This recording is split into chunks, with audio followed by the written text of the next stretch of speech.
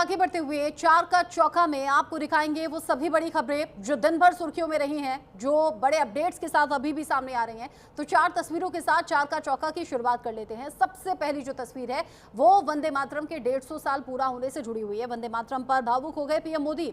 उन्होंने कहा, एक ऐसा गीत जिसने आज़ादी की लड़ाई में हर भारतीय के दिल में जोश भर दिया।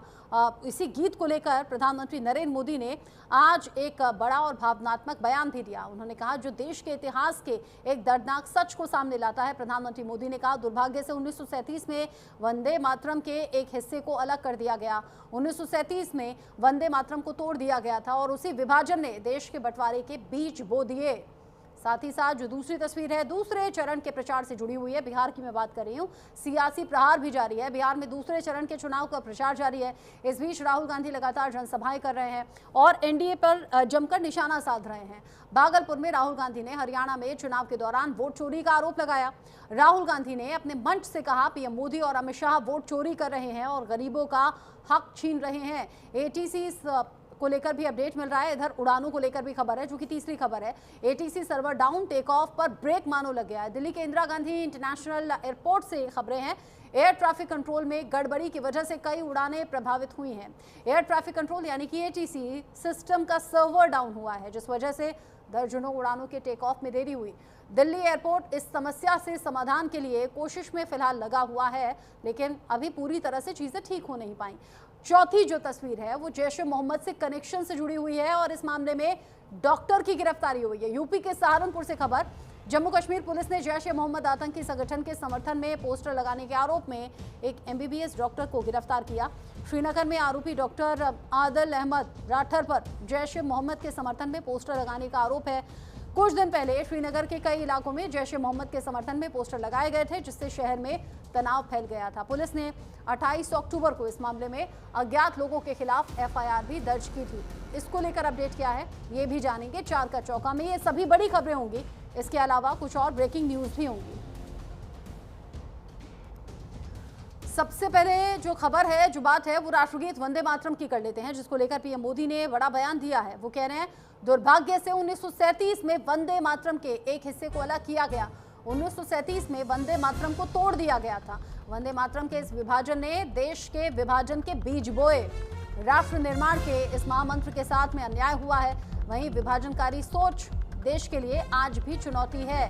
वंदे मातरम एक ऐसा गीत जिसने आजादी की लड़ाई में हर भारतीय के दिल में जोश भरने का काम किया था। अब पीएम मोदी ने वंदे मातरम गीत को लेकर बड़ा भावनात्मक बयान दिया।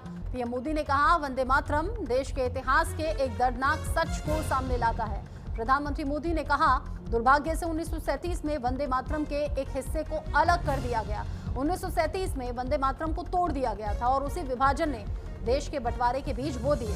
प्रधानमंत्री ने कहा कि वंदे मातरम सिर्फ एक गीत नहीं बल्कि राष्ट्र निर्माण का महामंत्र है, जिसे तोड़ना उस समय की सबसे बड़ी गलती थी। पीएम मोदी ने साफ कहा, वही विभाजनकारी सोच आज भी देश के लिए चुनौती बनी हुई है।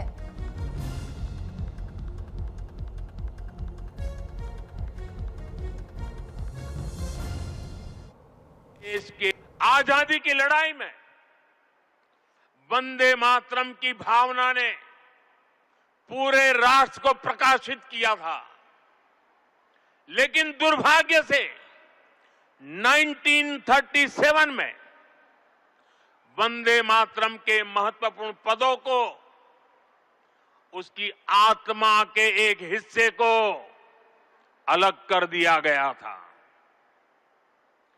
वंदे मातरम को तोड़ दिया गया था, उसके टुकड़े किए गए थे। वंदे मातरम के इस विभाजन ने देश के विभाजन के बीज भी बो दिए थे आजादी की लड़ाई में। उधर महाराष्ट्र में वंदे मातरम को लेकर माहौल गरमाया जब समाजवादी पार्टी के विधायक अबू आजमी ने वंदे मातरम गाने से इनकार कर दिया। अबू आजमी के घर के बाहर बीजेपी ने प्रदर्शन भी किया है। दरअसल अबू आजमी ने कहा कि जिसको गाना है वो गाए, और अबू आजमी के इस बयान का विरोध अब चौतरफा हो रहा है। बीजेपी ने तो घर के बाहर जाकर प्रदर्शन शुरू कर दिया।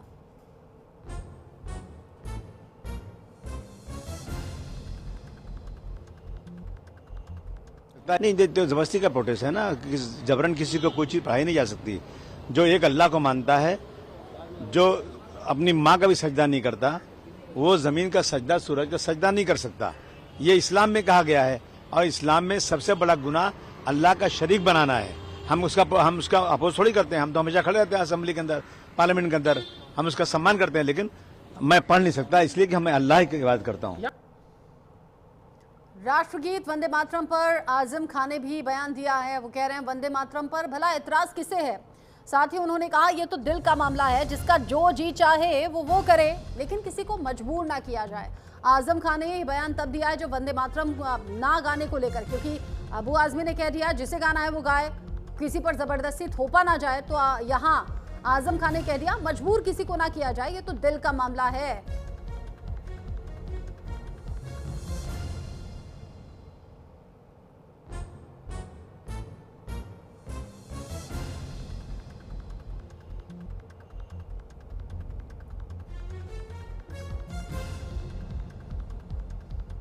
आजम खान जो कि हाल ही में जेल से बाहर आए हैं जमानत पर, और उधर उन्हें हार्ट अटैक की भी खबर सामने आई थी। आजम खान ने वंदे मातरम गीत को लेकर ये कह दिया कि जिसे गाना है वो गा सकता है, लेकिन किसी को मजबूर ना किया जाए, ये तो दिल का मामला है, जिसे जो करना है वो करे।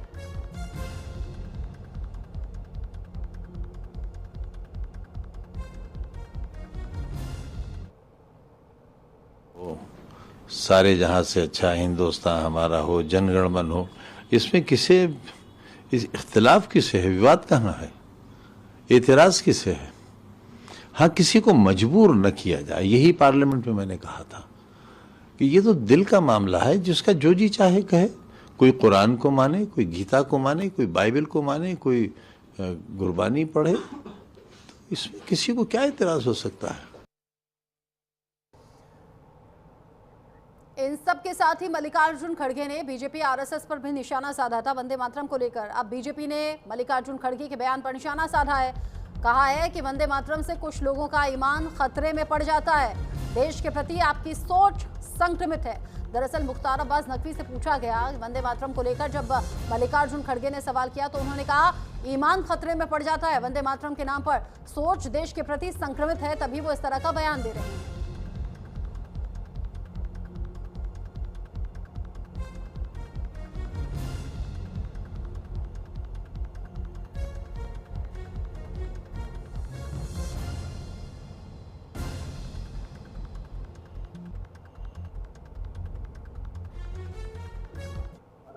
वंदे मातरम हमारा राष्ट्रगीत है, और राष्ट्रगीत ही नहीं बल्कि राष्ट्र का गौरव है।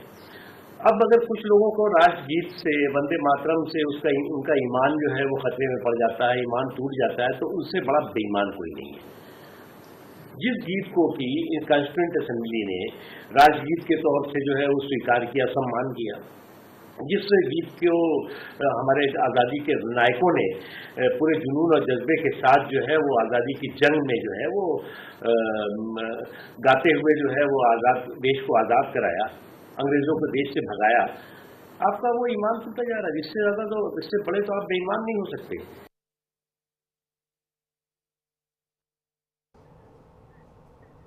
देश के साथ साथ आज झारखंड में भी वंदे मातरम को लेकर राष्ट्रभक्ति का खूबसूरत माहौल देखने को मिला। प्रदेश बीजेपी कार्यालय में राष्ट्रगीत गाया गया।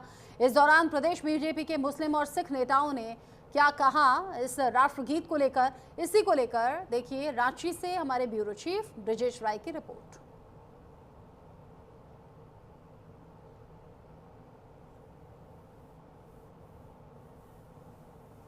मातरम आज पूरा राष्ट्र गा रहा है। झारखंड की राजधानी रांची में भाजपा प्रदेश कार्यालय में ही गाया गया, लेकिन कैसे देश में अनेकता में एकता का प्रतीक है वंदे मातरम, इसको हम दिखाना चाहेंगे। हमारे साथ बीजेपी के ये 3 चेहरे हैं। आपको बताना चाहूँगा ये तीनों हिंदू से नहीं है, मुसलमान हैं और सिख हैं। आप ये बताइए कि वंदे मातरम मुसलमान क्यों नहीं गाना चाहते हैं देश में? देखिए, ऐसा है कि कांग्रेस पार्टी ने शुरू में ही वंदे मातरम पर भी राजनीतिकरण किया, तुष्टीकरण का राजनीति किया, भड़काने का काम किया मुसलमानों को, गुमराह करने का काम किया मुसलमानों को। ये वंदे मातरम क्या है? ये भारत के संविधान ने 26 जनवरी 1950 में पास किया।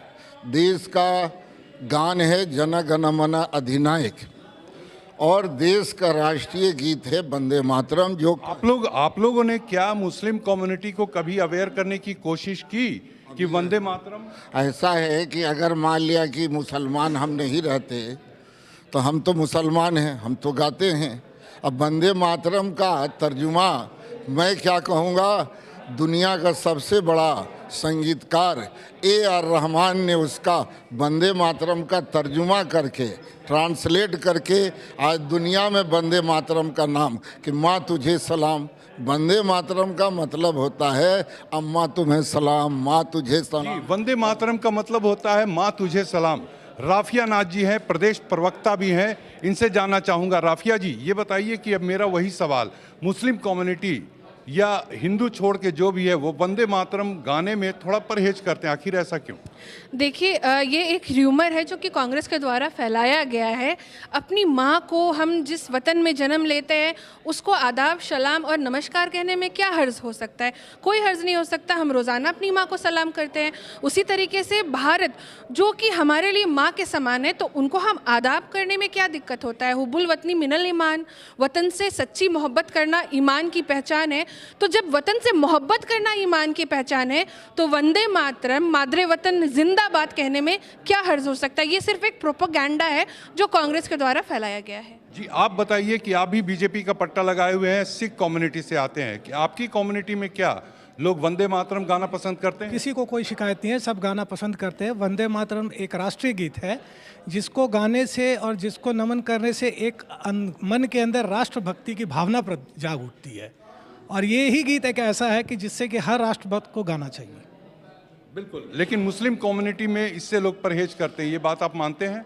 नहीं, इतना भी नहीं। देखिए, ये एक रूमर टाइप है और इसमें मतलब हमारे जो पार्टी से जुड़े हुए हैं जो मुस्लिम लोग, वो लोग तो परहेज नहीं करते, लेकिन जो कांग्रेस है उनसे जो जुड़े हुए मैक्सिमम जो मुस्लिम कम्युनिटी कांग्रेस से जुड़ी हुई है, तो कांग्रेस के लोग हैं। तो जो बीजेपी जिस चीज़ के लिए ज़्यादा ये करती है कि हाँ ये गाना चाहिए, तो कांग्रेस का काम है कि हम विपक्ष में है तो हम उसका ये करें कि ये नहीं गाना। जाहिर सी बात है कि राष्ट्रीय गीत या राष्ट्रगान को लेकर हमारे देश भारत में कोई राजनीति नहीं होनी चाहिए, लेकिन वंदे मातरम ऐसा गीत है जो हर कोई के जन मन में बसा हुआ है, लेकिन इसको लेकर के भी राजनीति जो होती है वो दुर्भाग्यपूर्ण है। कैमरा पर्सन सुरेंद्र प्रसाद के साथ ब्रजेश राय, न्यूज इंडिया, रांची। इस खबर को लेकर पंकज वानखेड़े मेरे साथ में जुड़ गए हैं, न्यूज इंडिया संवाददाता। पंकज, वंदे मातरम का तो कोई धर्म नहीं है, फिर इस पर धर्म वाली राजनीति क्यों कर रहे हैं नेता? देखिए, अगर आप देखेंगे तो पहले से ही भारतीय जनता पार्टी लगातार उसको लेकर बात को कहती नजर आई है कि जो तमाम पॉलिटिकल पार्टीज हैं जो सत्ता में रही हैं इससे पहले, वो उसका दुरुपयोग करती नजर आई हैं। वो खास तौर पर एक समुदाय को लेकर उसको बचाने की कोशिश करती नजर आई है। लेकिन जिस तरह से बीजेपी के नेताओं की तरफ से और आज प्रधानमंत्री नरेंद्र मोदी की तरफ से कहा गया कि 1937 में जिस तरह से विभाजन और जिस तरह से वंदे मातरम जो है उसको तोड़ने की कोशिश की गई है, उसको लेकर अब जो है रिएक्शन अलग अलग आ रहे हैं। भारतीय जनता पार्टी की तरफ से IT सेल हेड है अमित मालवीय साफ तौर पर कह रहे हैं कि ये नेहरू के दोष है, नेहरू की वजह से ये तमाम चीजें हो रही हैं। अब उधर कांग्रेस ये कह रही है कि ये लगातार कहने की राजनीति करने की कोशिश है, तुष्टीकरण की राजनीति कर रही है। सरकार में बैठे तमाम बड़े नेता जो हैं वो कर रहे हैं। मुस्लिम समुदाय के तमाम जो विपक्ष के नेता हैं वो इस बात को कह रहे हैं कि हमारी इच्छा हम गाएं या ना गाएं। इसको लेकर बीजेपी के मुस्लिम नेता कह रहे हैं कि जो राष्ट्रवादी होगा, जो राष्ट्र को मानता होगा, वो जरूर गाएगा।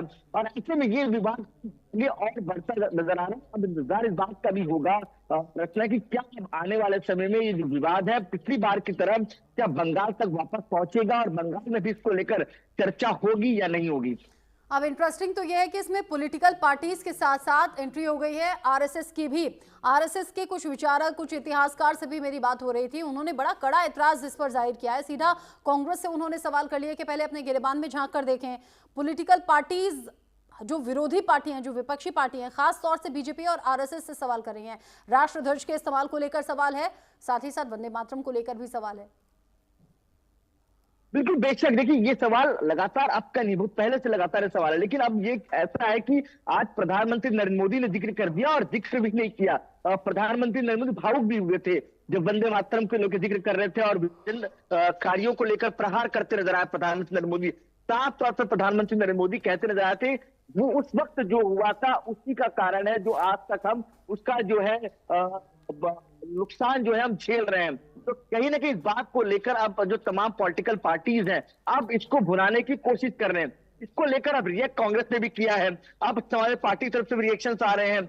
तो कहीं ना कहीं लगातार अब वंदे मातरम से लेकर जो फ्लैग है, राष्ट्रीय फ्लैग है, वहां तक ये बात पहुंचेगी और उसको लेकर अब कहीं ना कहीं जो तमाम वाद विवाद या कहा जाए जो आगे प्रत्यारोप की राजनीति है वो आगे बढ़ती नजर आएगी। अबू आजमी और आजम खान को भी इसमें ऐड कर लेना चाहिए। अबू आजमी कह रहे हैं कि ये किसी पर थोपा नहीं जा सकता है, जिसको गाना है वो गाए, इसको लेकर प्रेशराइज ना किया जाए। उधर आजम खान कह रहे हैं कि ये तो दिल का मामला है ना, जिसका जो मना है वो करे, लेकिन हाँ जबरदस्ती किसी से न करवाया जाए। इन दोनों बयानों का मतलब कैसे देखें?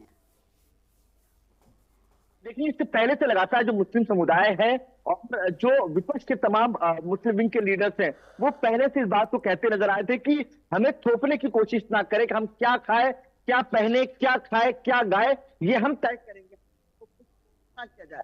और बात रही वंदे मातरम की, तो वंदे मातरम हम अपने मानते हैं और हम भारत के लिए ही काम करते हैं, भारत में रह रहे हैं। अगर इसी तरह का अगर हमारी सोच होती तो हम पाकिस्तान जब विभाजन हुआ था तब हम चले जाते। इस तरह के बयान लगातार जो है जो मुस्लिम समुदाय के नेता आपकी तरफ से आते नजर आए।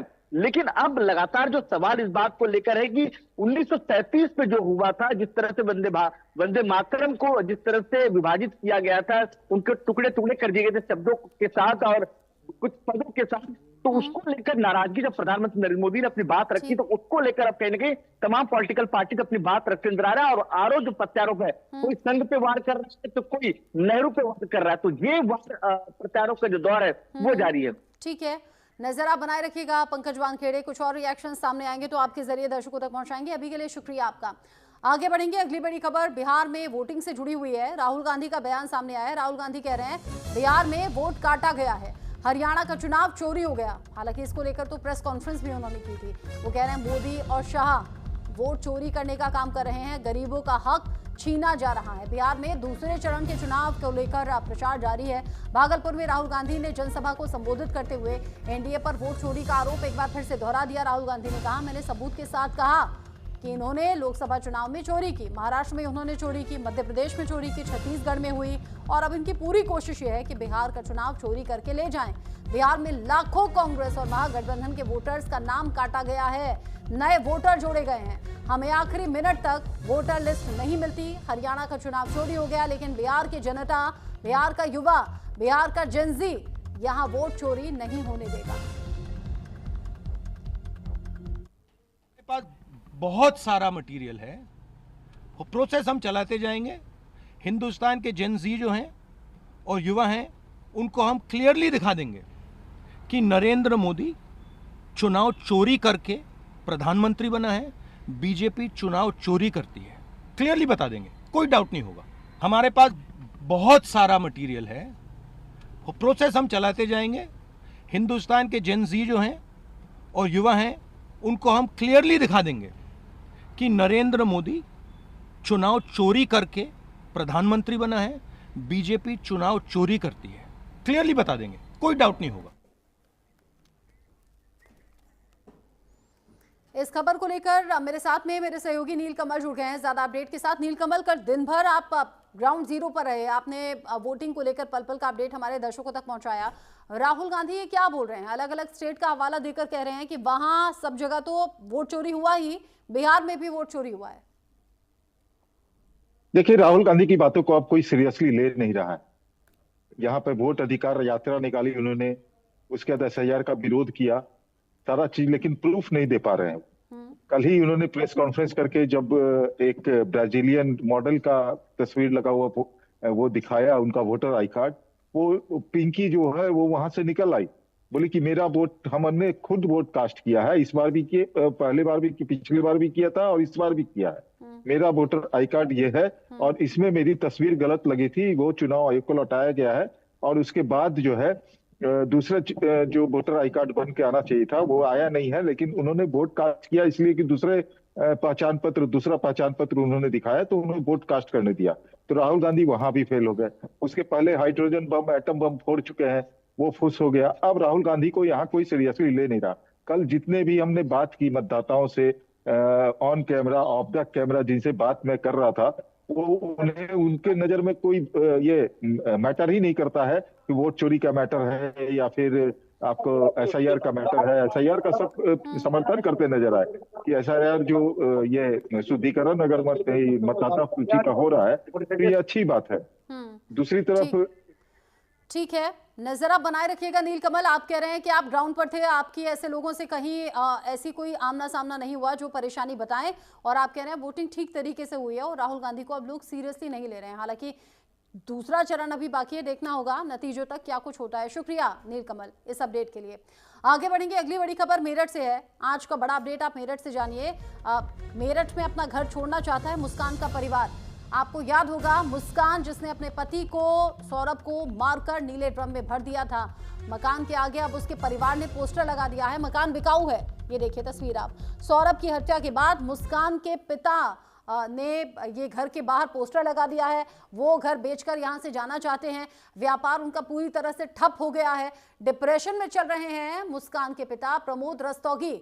मुस्कान और साहिल 8 महीने से जेल में बंद हैं। ऊपर से मुस्कान प्रेग्नेंट भी है।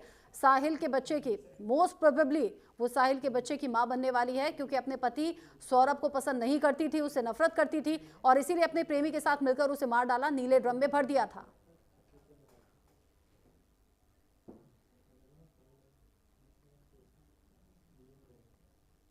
कल सुबह चीखते चिल्लाते फिर रहे थे, परसों भी बीमार थे, दिवाली वाले दिन भी बहुत हाइपर थे वो, यह डिप्रेशन में है। कल एम्बुलेंस से उन्हें हॉस्पिटल भिजवा दिया गया। अब कैसी तबीयत नहीं हमें नहीं मालूम। उसके बाद है हाँ लगाए थे, बिकाऊ गए। हाँ ये लगाए थे उन्होंने, दिवाली के 2-4 दिन बाद लगा दिए थे। हैं हाँ हटा भी खुद ही दिए। बेचना चाह रहे शायद मकान, बस मन का तो उन्हें पता है।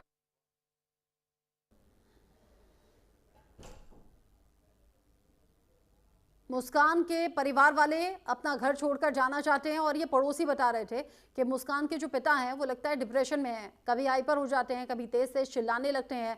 वो भारी टेंशन का सामना कर रहे हैं, स्वास्थ्य संबंधी दिक्कतें हैं डिप्रेशन के चलते, और अब वो अपना घर बेचकर जाना चाहते हैं। अपना काम व्यापार सब कुछ ठप हो गया है, क्योंकि बेटी जो मुस्कान है उसने अपने ही पति को जान से मार डाला, अपने प्रेमी के साथ मिलकर नीले ड्रम में भर दिया और फिर जगह जगह वो घूम रही थी, पहाड़ों में छुट्टियां मना रही थी। लेकिन आखिरकार पूरा सच सामने आ गया। अब मुस्कान और साहिल दोनों ही 8 महीने से जेल में बंद हैं। ऊपर से मुस्कान प्रेग्नेंट भी है। जरा सोचकर देखिए पिता पर क्या बीत रही होगी। और इसी के चलते मुस्कान के पिता डिप्रेशन में है, घर छोड़ना चाहते हैं, शहर छोड़ना चाहते हैं। छोटा सा ब्रेक।